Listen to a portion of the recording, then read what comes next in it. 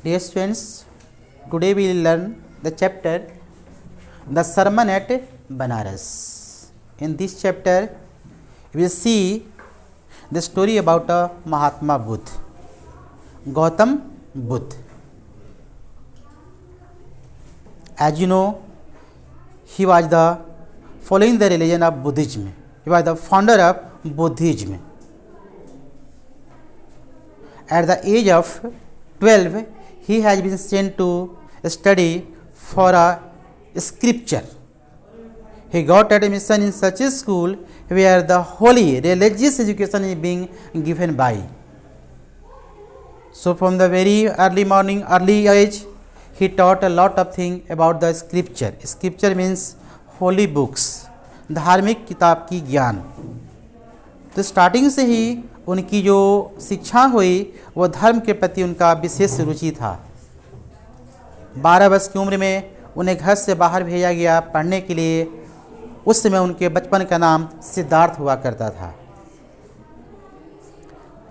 पढ़ाई ख़त्म करने के बाद after finishing the education he return the home and he got married with the princess. Since he himself was a prince, the son of a king. वह खुद जो है एक राजकुमार थे. पढ़ाई ख़त्म होने के बाद जब वो घर वापस आए, उनकी शादी जो है एक अच्छे ऊंचे ख़ानदान में एक राजकुमारी से कर दी गई. इस प्रकार कुछ दिनों के बाद उन्हें बच्चे हुए. लेकिन एक दिन उनका घर जो है, उनका जीवन बहुत अच्छी तरह से बीत रहा था. लेकिन अचानक एक दिन वो अपने घर के चार दीवारी से कुछ ऐसे सीन देखे जिन्हें उन्हें काफ़ी अपने जीवन के प्रति, इस दुनियावी संसार के प्रति एक लगाव जो होना चाहिए, संसारिक जो लगाव है वो जो है हमेशा हमेशा के लिए समाप्त हो गया. उन्होंने देखा कि एक बूढ़ा व्यक्ति जो है छड़ी के सहारे घूम घूम करके भीख मांग रहा है. यह देखकर वो सोचने लगे ये कैसा ज़िंदगी है. क्योंकि सिद्धार्थ जो है एक बड़े घर के राजा का बेटा था. वो आज तक इस प्रकार की कोई भी सीन वो देखा नहीं था. क्योंकि वो महलों में रहता था, उसे पता नहीं था कि बुढ़ापा होता क्या है. फिर कुछ दिन के बाद उन्होंने देखा कि कुछ व्यक्ति जो है एक डेड बॉडी को जो है वो ले जा रहे हैं.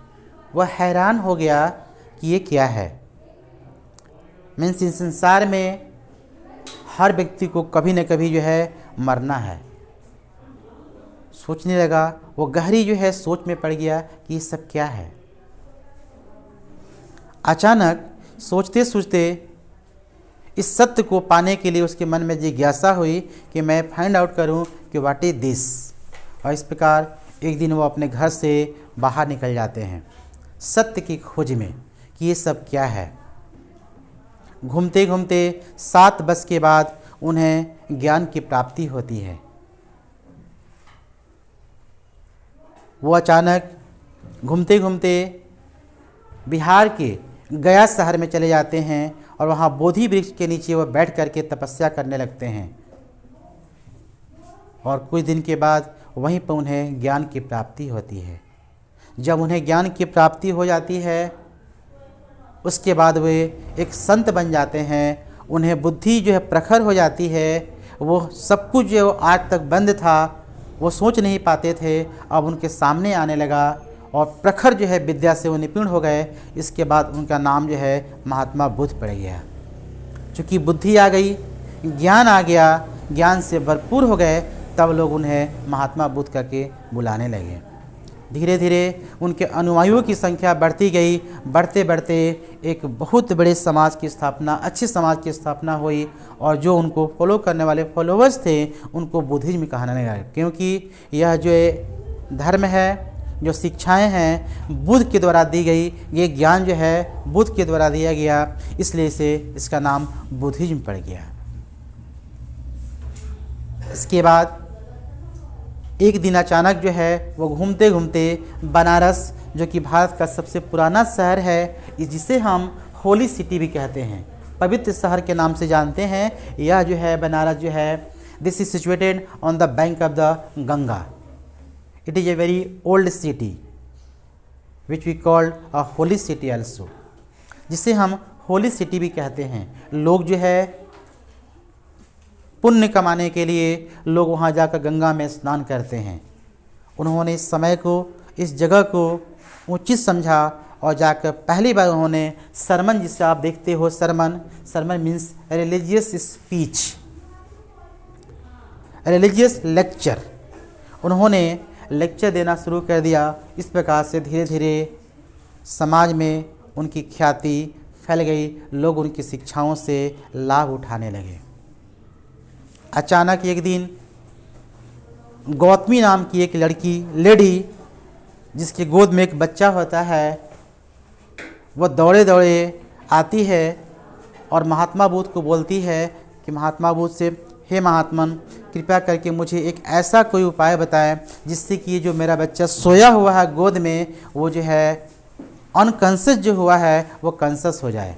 लेकिन पता नहीं, उस लेडी को पता नहीं था कि वो बच्चा जो उसका अनकॉन्शियस नहीं, बल्कि उसका बच्चा जो है वो मर चुका था। वो बार बार उनसे रिक्वेस्ट करती है कि कोई ऐसा मुझे दवा बता दें जिससे कि यह जो है अनकॉन्शियस जो पड़ा हुआ है वो कॉन्शियस हो जाए। लेकिन महात्मा बुद्ध ने समझाने की कोशिश किया कि देखो, यह आपका बच्चा जो है वह जो है अनकॉन्शियस से कॉन्शियस हो जाएगा, लेकिन तुम्हें इसके लिए एक काम करना होगा। लेडी ने कहा कि हे महात्मन, मुझे बताइए मुझे क्या करना होगा इसके लिए। इससे पहले लोगों ने उसे समझा कर थक गए थे कि तुम्हारा बच्चा मर गया है, लेकिन वह लेडी जो है उसे इसी बात पे यकीन नहीं था कि वो अपने बच्चे से काफ़ी प्यार करती थी। उसे यह यकीन ही नहीं हो रहा था कि उसका बच्चा मर चुका है। फाइनली वो महात्मा बुद्ध के पास जाती है। महात्मा बुद्ध ने कहा कि हाँ, मेरे पास एक दवा है। लेडी ने कहा, महात्मन, मुझे जल्द बताएं, मैं उसके लिए तैयार हूँ, मुझे क्या करना होगा।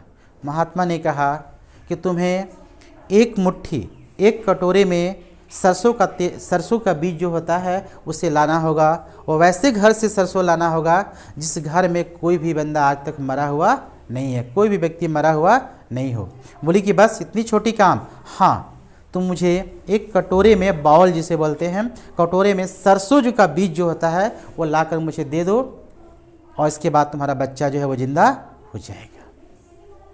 वो भागे भागे जाती है, हर घर में दौड़ती है, लोग जो है दौड़ के आते हैं देने के लिए। लेकिन जैसे ही वो पूछती है आपके घर में कोई मरा तो नहीं है, तो लोग हंस पड़ते हैं, क्या बात करती हो, या बुद्धू वाली क्या बात करती हो, मेरे घर में तो मेरे दादाजी डेथ किए हैं पिछले महीने।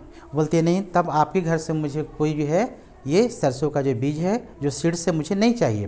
वो भागे भागे दूसरे घर में जाती है, फिर जो है लोग उनकी बातों को सुन कर के आते हैं, फिर जैसे ही देने की कोशिश करते हैं वो पूछ बैठती है कि आपके घर में कोई मरा तो नहीं है। लेकिन फिर ये आवाज़ आती है, तुम कैसी हो, मेरे घर में अभी 1 साल पहले ही मेरे चाचा का डेथ हुआ था।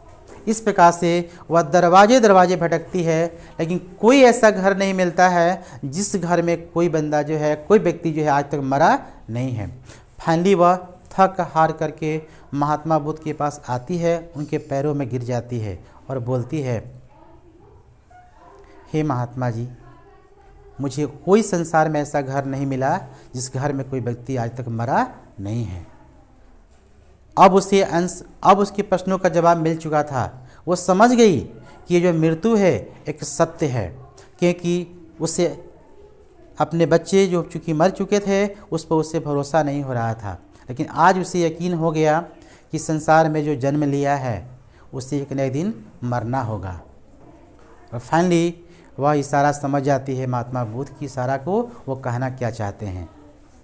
इस प्रकार जो बच्चा के प्रति जो उसकी मोह माया थी वह दूर हो जाती है और सत्य को समझ लेती है और स्वीकार कर लेती है, क्योंकि वह सत्य को स्वीकार ही नहीं करना चाहती थी कि मेरे बच्चा मर गया है।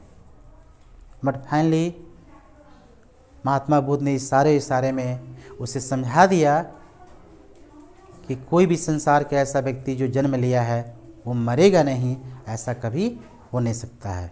इसलिए जो तुम्हारा बच्चा था, ये भी बच्चा तुम्हारा मर चुका है, इस पर यकीन करो, भरोसा करो। लोगों ने तुम्हें समझाने की कोशिश किया बट तुम समझ नहीं पाई, क्योंकि तुम अपने बच्चे के प्यार में अंधा हो चुकी हो, इसलिए सत्य को तुम स्वीकार नहीं कर पा रही हो।